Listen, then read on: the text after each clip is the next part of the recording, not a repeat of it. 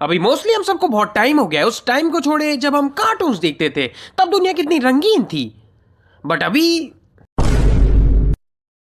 पर इससे कुछ फर्क नहीं पड़ता, क्योंकि अभी भी हम सबके दिल में वो बच्चा जिंदा है। तो क्यों ना वापस उस बचपन को जिया जाए और याद किया जाए उन दिनों को, और साथ ही में जाना जाए क्यों और कैसे नॉस्टैल्जिया वर्क करता है। सबसे पहले हम बात करते हैं कार्टून्स पे। वो टाइम कितना अच्छा था ना, जब हम टेंशन फ्री होके कार्टून्स देखा करते थे। लाइक हमारे पास क्या क्या नहीं था देखने को। एनिमे जैसे ड्रैगन बॉल, ज़ेचबेल, मॉनसूनो, इडाटेन जंप, पोकेमॉन और भी कई सारे। और साथ ही में कार्टून्स भी जैसे Ben 10, samurai Jack, teenage mutant ninja turtles, teen titans, X Men और वो सारे power rangers, Johnny test, adventure time, regular show, Scooby doo, Tom and Jerry, Johnny Bravo, sponge bob, Flintstone, Popeye, art attack, kick Buttowski और Phineas and Ferb. Damn, ये shows तो आते भी नहीं है जो हमने देखे थे। और अभी भी कुछ लेजेंडरी शोज बचे हैं जैसे करेज द काउली डॉग शो। और क्या शो था ये, और इसे हम बचपन में देखते थे और ये शो रात को भी आता था। और ये उस टाइम पे बहुत ज्यादा डरावना था, इवन उन लाइव एक्शन भूतों से भी। और सबसे भयंकर तो इस कार्टून के कुछ एपिसोड्स थे जो हॉरर के साथ साथ क्रीपी भी थे। बट एक एपिसोड ऐसा भी है जिसका भूत अभी तक मेरे दिमाग में है और शायद आपको भी याद होगा। और यही वो भूत था जिसने बचपन में मेरी रातें खराब करी थी। हाँ, वो वाला भूत जो कुछ ऐसे बोलता था, पत्थर लौटा दो वरना मेरा श्राप लगेगा। और यही नहीं, ऐसे और भी थे जैसे एडवेंचर टाइम। और ये भी क्रीपी एपिसोड से भरा हुआ था। I mean, इस शो की दो साइड्स थी, एक तो काफी ही अच्छी, खुशहाल, सुंदर, और फिर आती है दूसरी।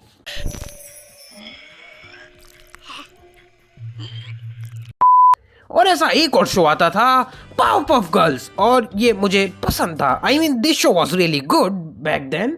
मिठास, मसाला और केमिकल एग से बनी पावरपफ गर्ल्स।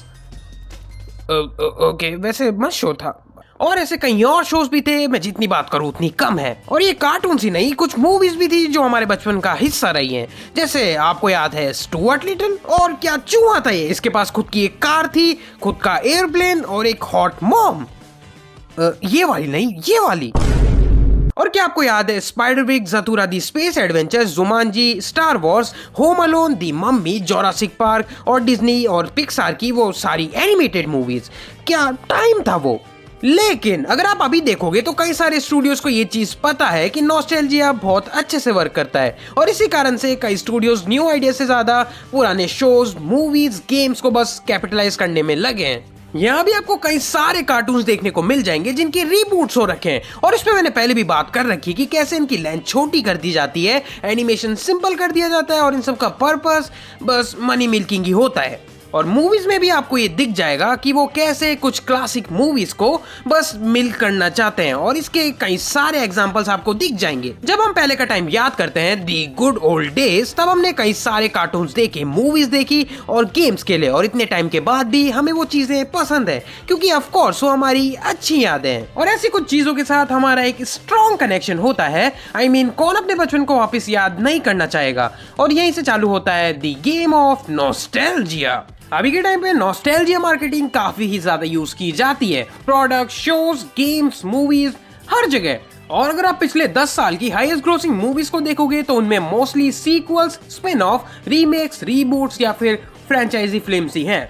जिसका परफेक्ट एग्जांपल है फास्ट एंड फ्यूरियस। मेरी फर्स्ट मूवी इस फ्रेंचाइजी की टोक्यो ड्रिफ्ट थी, और कसम से क्या मूवी थी, और मैं विदाउट एनी प्रॉब्लम अभी भी उस मूवी को देख सकता हूँ। बट रिसेंट की मूवीज, ये गाड़ियां स्पेस में ले गए। I mean, what the? Fast and furious 5 तक तो आई गेस सब सही ही था, बट उसके बाद स्टेक्स बस बढ़ते ही जा रहे हैं और बस बढ़ते ही जा रहे हैं। लिटरली लास्ट मूवी में वो स्पेस में गए थे, लाइक अगली मूवी में क्या होगा, वो एलियन से लड़ेंगे।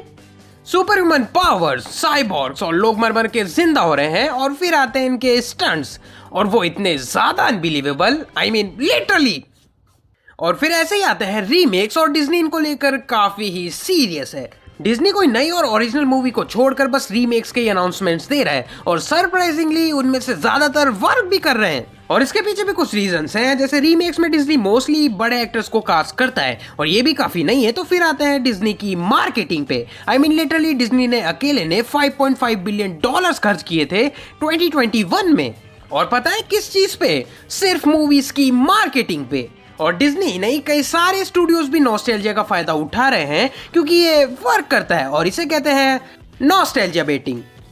तो बड़े बड़े स्टूडियोज रिस्क लेने की जगह सिर्फ सीक्वल्स या रीमेक्स पर ही क्यों अटके हुए हैं? I mean, ऐसा भी नहीं है कि ओरिजिनल मूवीज बिल्कुल ही नहीं आ रही हैं, वो अभी भी आ रही हैं और बहुत हद तक वो वर्क भी कर रही है।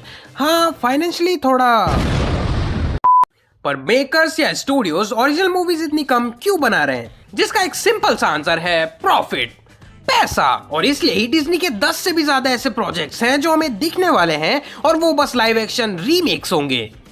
तो क्या हम रीमेक, सीक्वल्स और रीबूट से बिल्कुल ही होप्स ना रखें? तो आई गेस हम होप्स रख सकते हैं, क्योंकि कुछ मूवीज हैं जो सीक्वल्स, रीमेक्स या रीबूट होने के बावजूद भी डिसेंट थी, जिसका बेस्ट एग्जांपल 2021 की क्रूएला मूवी। ये मूवी बाकी के डिज्नी रीमेक से काफी ही अलग स्टैंड करती है, जिसका एक बड़ा रीजन है इस मूवी की स्टोरी ओरिजिनल थी। इवन दो ये बिल्कुल ही कोई परफेक्ट मूवी तो नहीं थी, बट ये बाकी कई सारे लाइव एक्शन रीमेक से बेटर थी। और इस टाइप की मूवीज ज्यादा बेटर भी होती है, क्योंकि इस मूवी ने क्लासिक मूवी को तो लिया ही, बट ये मूवी एक नई स्टोरी के साथ आई। और आई गेस डिज्नी को भी ये चीज पता चल गई कि लोग अभी भी ओरिजिनल मूवीज देखते हैं, इसलिए क्रूएला 2 भी हमें जल्दी देखने को मिल जाएगी। और ये खुद एमा स्टोन ने कंफर्म करा है। और ऐसे ही कई सारी मूवीज ऐसी भी एग्जिस्ट करती है जिन्हें रीबूट या सीक्वल्स की जरूरत है, जिसका बेस्ट एग्जांपल रहेगा पर्सी जैक्सन। पर्सी जैक्सन की 2 मूवीज आई थी और दोनों ने ही फाइनेंशियली आई गेस अच्छा ही परफॉर्म किया था, बट ये मूवीज कुछ फैंस को पसंद नहीं आई थी। मोस्टली उनको जिन्होंने बुक्स रीड कर रखी, इवन खुद बुक्स के राइटर तक को ये मूवी पसंद नहीं आई थी। I mean, मेरे को तो अच्छी लगी थी। और इसलिए ही पर्सी जैक्सन की हमें एक सीरीज देखने को मिल रही है और ये पिछली मूवीज से बहुत ज्यादा डिटेल्ड होगी। और आई होप ये सीरीज इसके सोर्स मटेरियल को जस्टिफाई कर पाए। और आई गेस ऐसा होगा भी, क्योंकि इस बार रिक रियॉर्डन, पर्सी जैक्सन नॉवल के राइटर, वो भी इसमें इन्वॉल्व है। और जितनी अभी तक मैंने ये सीरीज देखी है, मुझे तो बहुत ज्यादा अच्छी लगी। और ये मेड्यूसा इतनी हॉट कैसे है? तो मैं आपके भी थॉट्स जानना चाहूंगा इस नॉस्टैल्जिया बेटिंग पे, तो मुझे कमेंट्स में बताएं। और अगर आपको ये वीडियो पसंद आई तो वीडियो लाइक करना। आप मेरे चैनल के अदर वीडियोस को भी चेकआउट कर सकते हो, अगर वो भी पसंद आ जाए तो सब्सक्राइब भी कर देना। मैं मिलता हूं आपसे नेक्स्ट वीडियो में। Till then stay tuned.